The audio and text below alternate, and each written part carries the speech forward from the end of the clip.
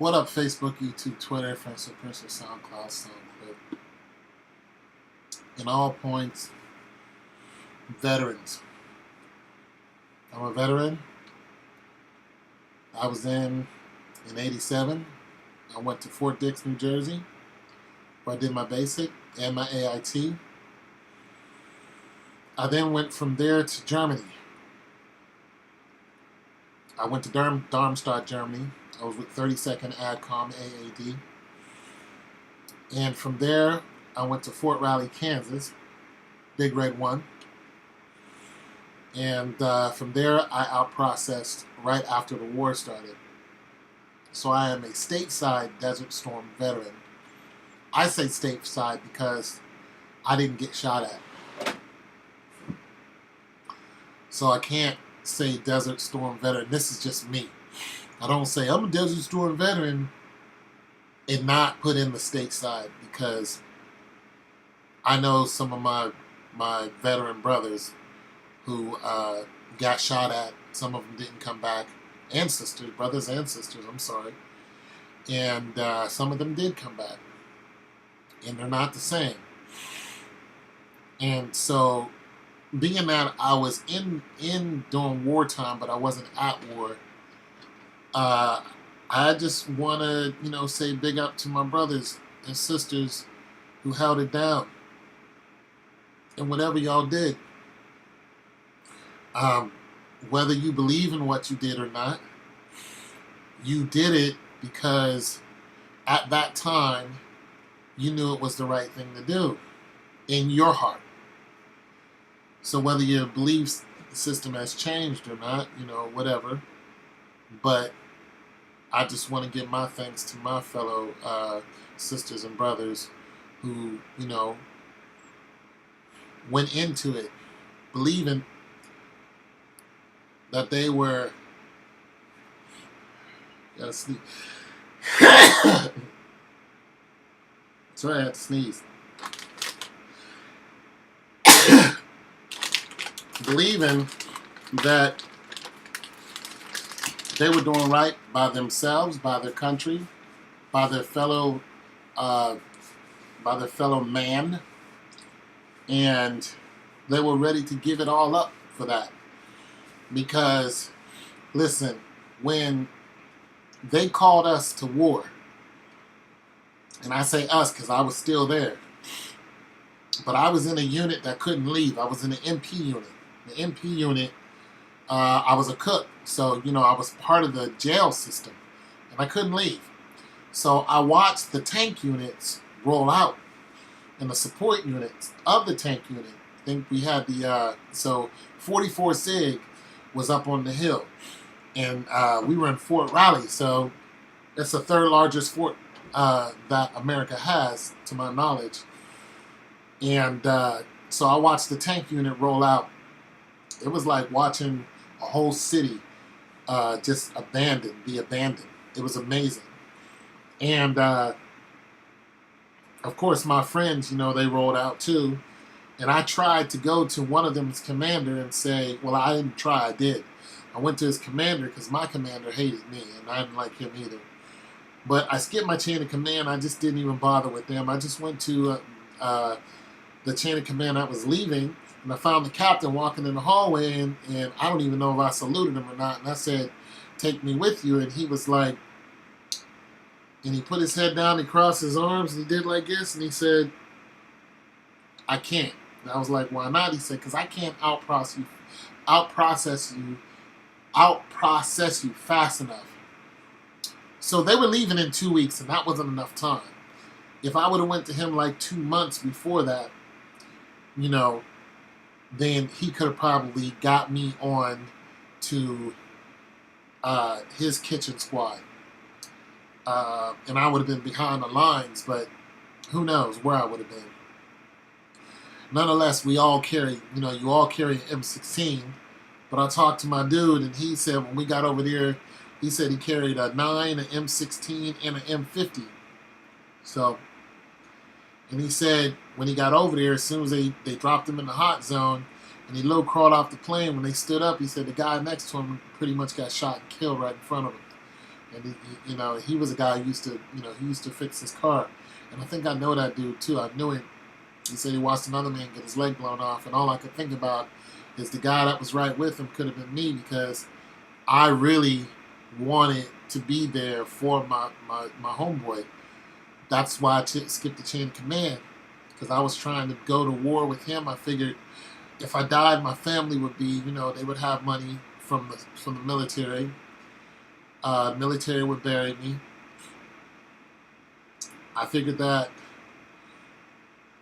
I didn't have nothing else going on, and I would have died for a good cause. I would have served, my my beliefs in God. I would have served my beliefs in my country, and I would have served my belief for my fellow man, all in one swoop. And I was really ready to die for that. And I mean, I'm glad I'm not dead. But I figure if you're going to die,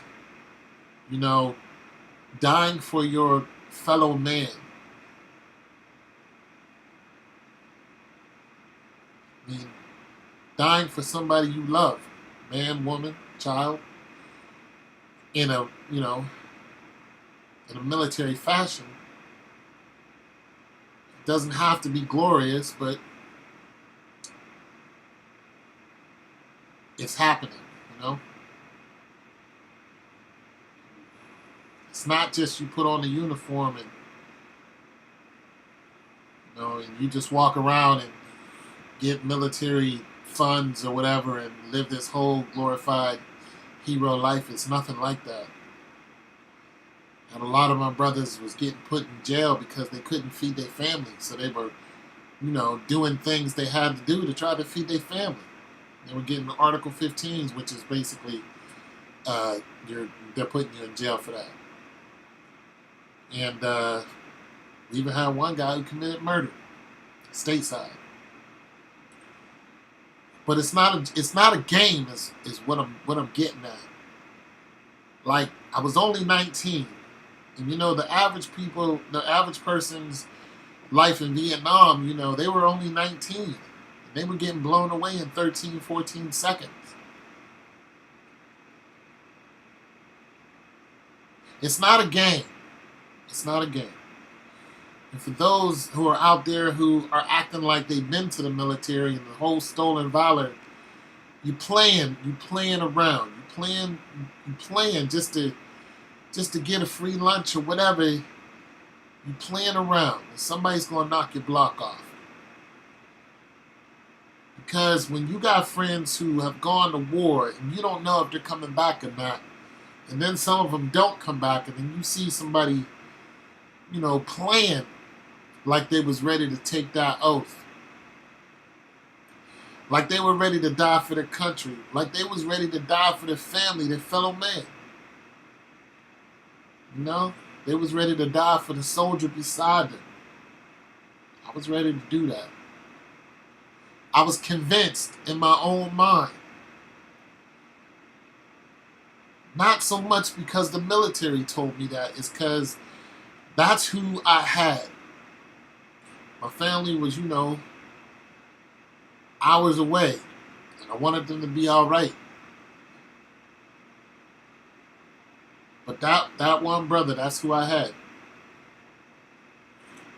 I was ready to go. I was ready to serve all three. I figured if they shot at him, they're going to shoot at me. And we both dark-skinned black men, so it didn't make a difference. They probably wouldn't have been able to tell the difference. We both had the same first name, Tony. But the point is thank you, whoever is putting on that uniform nowadays. Black, white, I don't give a damn about none of that. I don't give a damn.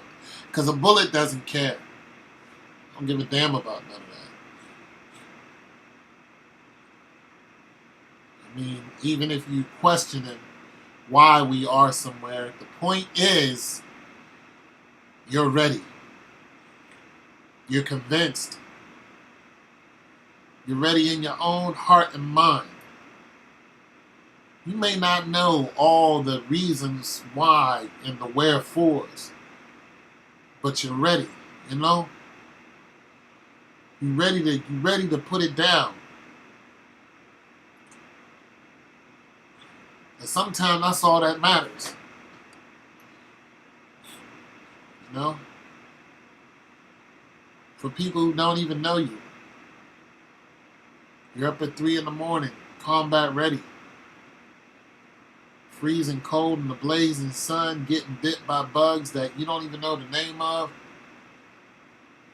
You're combat ready. You know, you combat ready.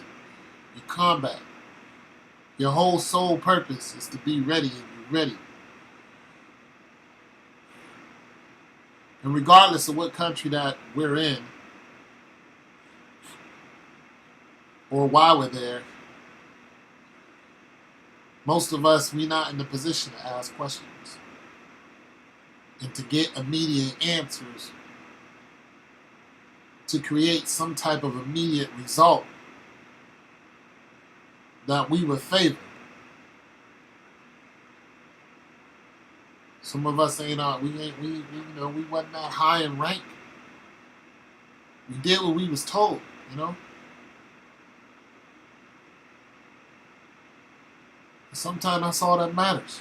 You ready? I don't envy war. And I don't always understand it. I'm not a fan of death. I'm not. Because war is ugly. But it's the way of life that we live.